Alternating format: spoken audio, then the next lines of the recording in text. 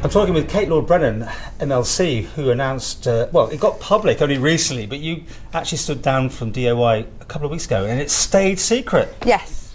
Why? Why didn't you tell everyone? Why didn't you let us know? Well, I think that it wasn't that I was making a specific point to do with Department for Infrastructure. So I think usually if somebody is resigning in that way from a department, it's a case of, you know, making a big deal over it, and that's just not really how I chose to handle it. No. So, okay, yeah. well, I want to find out exactly what's gone on. Why have you stood down? Because you've actually taken a pay cut, which is another thing. I know it's not everyone's top line, but I mean, for the public, they'll go, oh, you must feel quite strongly about it, because it's not like you've got other departments going on at the same time. Yeah, well, I mean, it is a very serious issue insofar as a legislative council member, I feel, and I've been in the role 16 months now, that it's much better for me to focus my efforts on the legislative council role. I was going to say, you know, other aspects of the role apart from being in a department, but you know, really, those are the main aspects of the role. You sound like Tanya August-Hansen on this one, then, because that's what she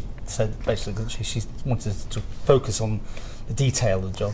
Yeah, and Tanya was talking about Parliament and the overall system there, and you know, it's clear to me now, having been in the role 16 months, that actually, you know, you kind of get the measure of how things go, and you have to ask yourself, any Tynwald member has to ask themselves, well, what are you doing that's presenting the most value? And for me, the question was, as a legislative council member, as much, you know, I've certainly enjoyed some of the aspects to do with DoI, and particularly on active travel, but where is it better for me to focus my efforts? And actually the really important things that help with overall outcomes are the holding to account, or the checks and balances, and the positive challenge. So obviously there's a huge amount that Tynwald has to deal with.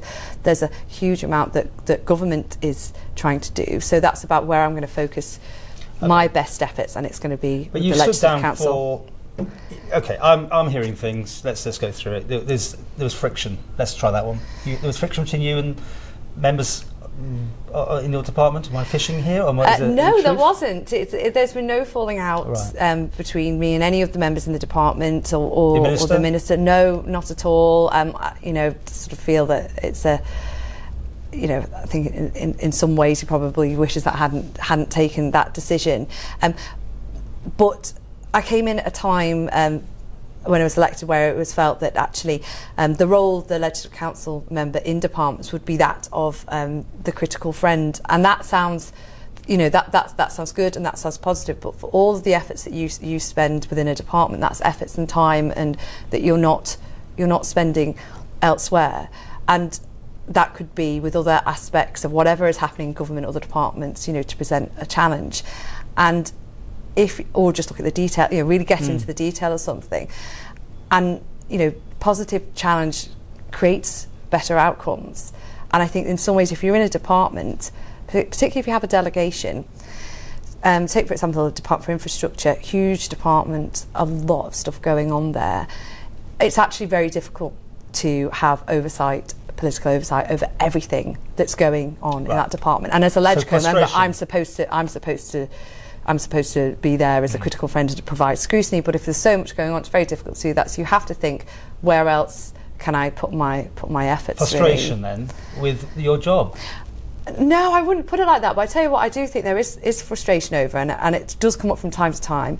And it is serious. Is that I actually think there are too many departmental members in government that are in Tynwald. So basically, the things are very much weighted towards the executive, which, you know, may be fine, but actually, if you have a better balance and a bit of mix of members that are doing different things, not just be able to have so predictably to be able to stack up what might happen because there are so many Tynwald members in departments.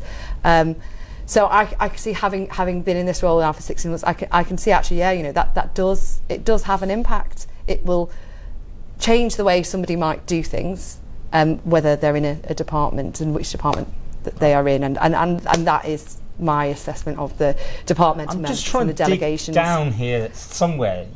To give it up. And not take on. You're not taking on anything else. You're not going back to Howard Quayle and saying, "Please give me another department. I want the uplift again." You're not. Okay, so I just can't get everything adding up here? You've done it 2 weeks ago anyway, and you just done it very quietly. Yeah. Something must have triggered you. Something must have happened to make you walk away. Well, it becomes at that time when you look back and you think, actually, after the time you've been in, is that what you should be doing? And quite rightly, the Legislative Council, I think we've done quite a bit that would have been different to perhaps previous Legislative Councils since the time that the new members got in. But you have to continually look at what you're doing and how you're doing it to make a difference. So you've got the better outcomes for the public. So I think if you need to look and think, well, what the Legislative Council does, you need to think about whether that fits well with the other responsibilities as have been given to us and have been accepted in departments and things. You were very passionate about active travel. Yes. How can you be so actively involved when you're outside now? Well, I would be happy to still be a champion for it, or to chair any meetings and that sort of thing. But I think it's an interesting point because this links in with the delegation. So if you have a delegation for something, it's just, you are there to both have both be responsible for it politically, but then also you've got a bigger role, which is to hold the officers to account. So it's almost like a dual thing that you've got there for delegations. Now, what we're seeing elsewhere in government and Tynwald is we're seeing that change is being made from the normal way of doing things, as in the separateness of departments. So it's quite clear that it's possible to be somebody who supports something or champions something without having that delegation.